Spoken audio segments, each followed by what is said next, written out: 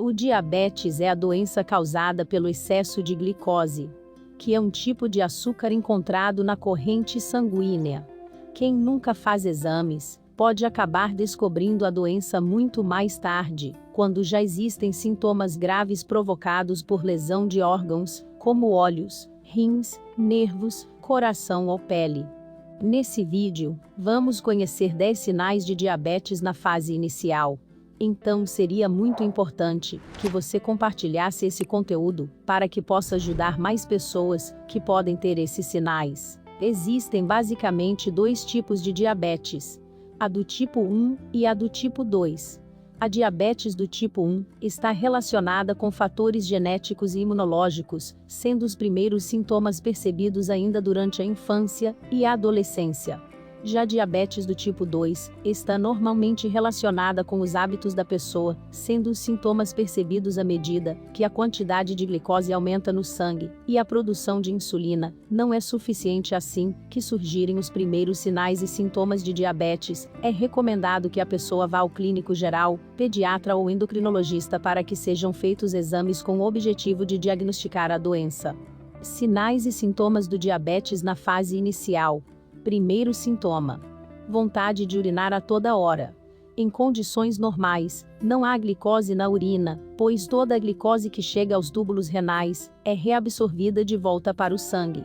Porém, quando há hiperglicemia, geralmente com valores acima de 180 mg/dl, a quantidade de açúcar que chega aos rins é tão grande que o mesmo não é capaz de reabsorver tudo, permitindo a perda de glicose pela urina. Como não podemos urinar açúcar puro, o rim precisa diluir a glicose para poder eliminá-la.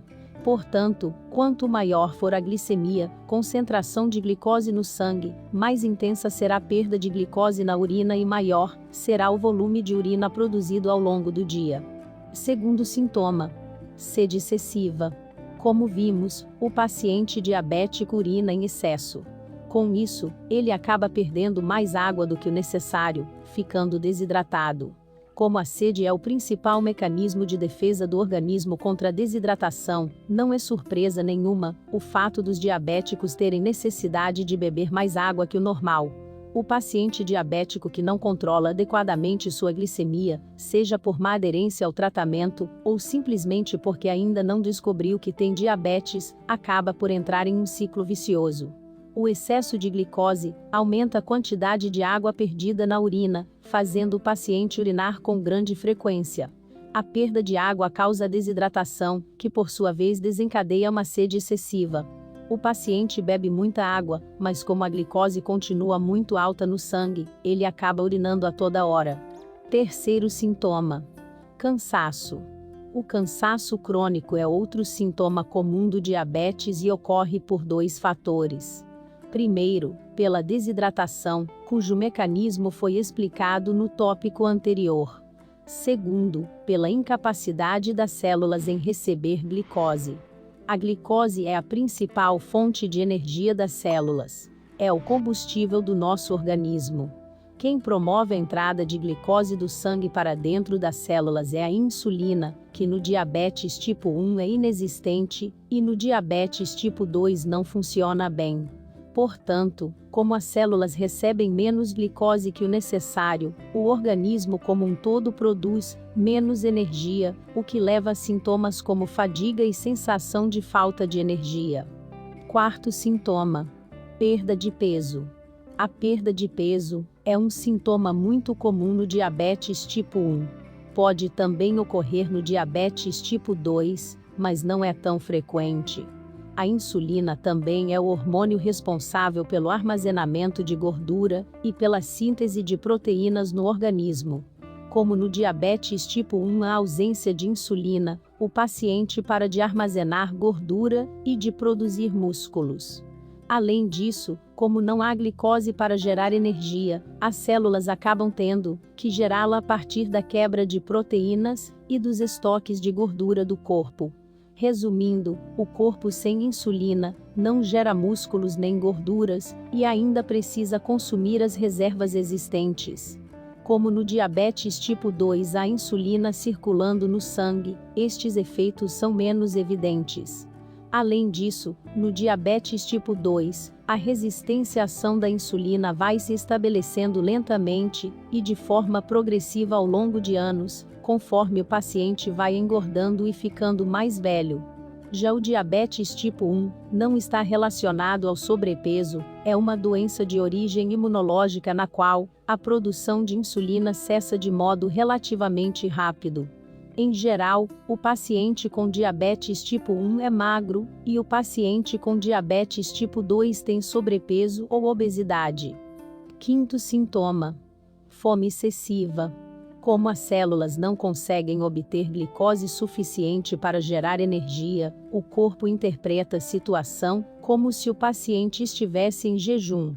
O organismo precisa de energia, e o único modo que ele conhece para obtê-la é através da alimentação.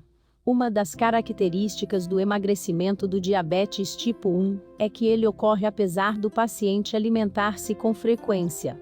O paciente come, mas a glicose ingerida não é aproveitada e acaba sendo eliminada pela urina.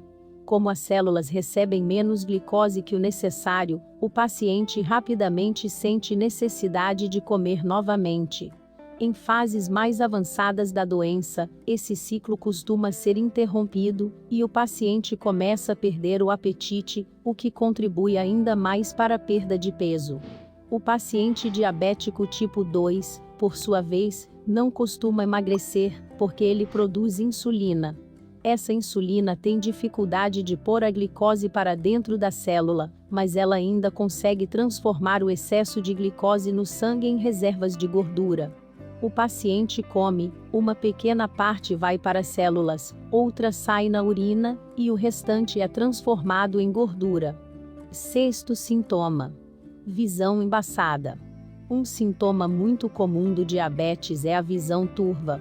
O excesso de glicose no sangue causa um inchaço do cristalino, a lente do olho, mudando sua forma e flexibilidade, diminuindo a capacidade de foco, o que torna a visão embaçada.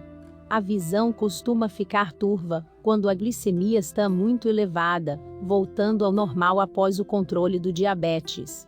Essa alteração nos olhos não tem nada a ver com a retinopatia diabética, a complicação oftalmológica que pode surgir após anos de diabetes. Sétimo sintoma: cicatrização deficiente. O excesso de glicose no sangue, quando ocorre de modo crônico, causa inúmeros distúrbios no funcionamento do organismo.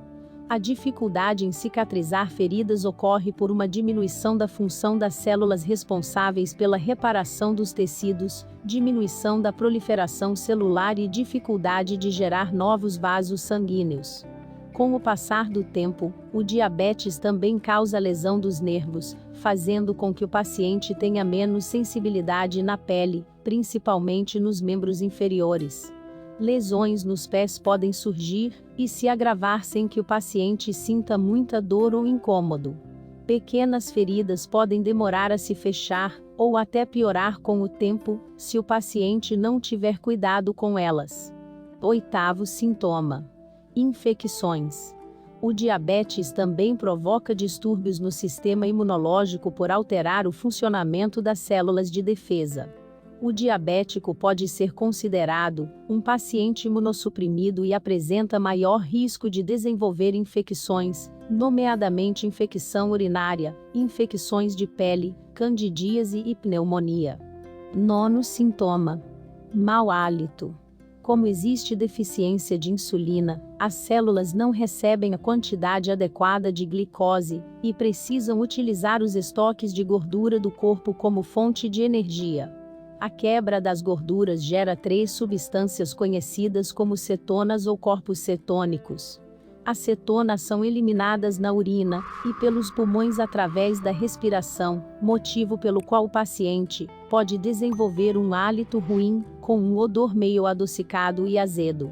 Esse quadro é chamado de hálito cetônico, e pode ocorrer também em pessoas saudáveis que fazem jejum prolongado, ou que tenham uma dieta com muita restrição de carboidratos. O mau hálito no paciente diabético também pode ser provocado por infecção das gengivas, ou dos dentes, que são mais comuns nos diabéticos, do que na população em geral. 10º sintoma: Cetoacidose diabética.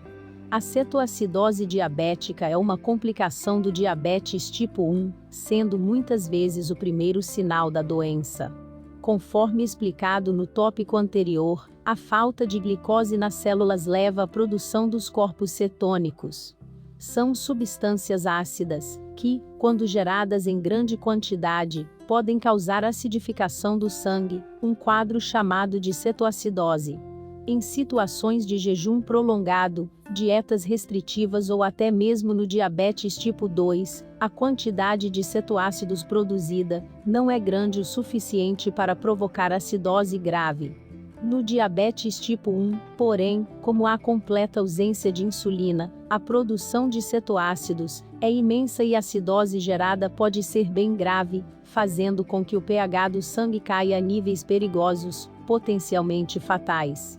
Cetoacidose diabética é uma emergência médica e costuma ocorrer quando os níveis de glicose no sangue ultrapassam os 500 mg/dl. Os sinais e sintomas mais comuns da cetoacidose são náuseas, vômitos, dor abdominal, confusão mental, prostração e dificuldade respiratória. No diabetes tipo 2, os primeiros sinais e sintomas podem ser leves e passar despercebidos. Algumas pessoas podem ter a doença de forma quase silenciosa por vários anos, vindo apenas a descobri-la de forma acidental através de exames de sangue solicitados por qualquer outro motivo. O diabetes tipo 1, por sua vez, costuma ter sintomas iniciais mais graves e de fácil reconhecimento, motivo pelo qual a doença costuma ser identificada precocemente, antes que existam lesões de órgãos. Se você tiver sentido esses sintomas, procure um médico para iniciar o tratamento adequado o mais rápido possível. Sua saúde não tem preço.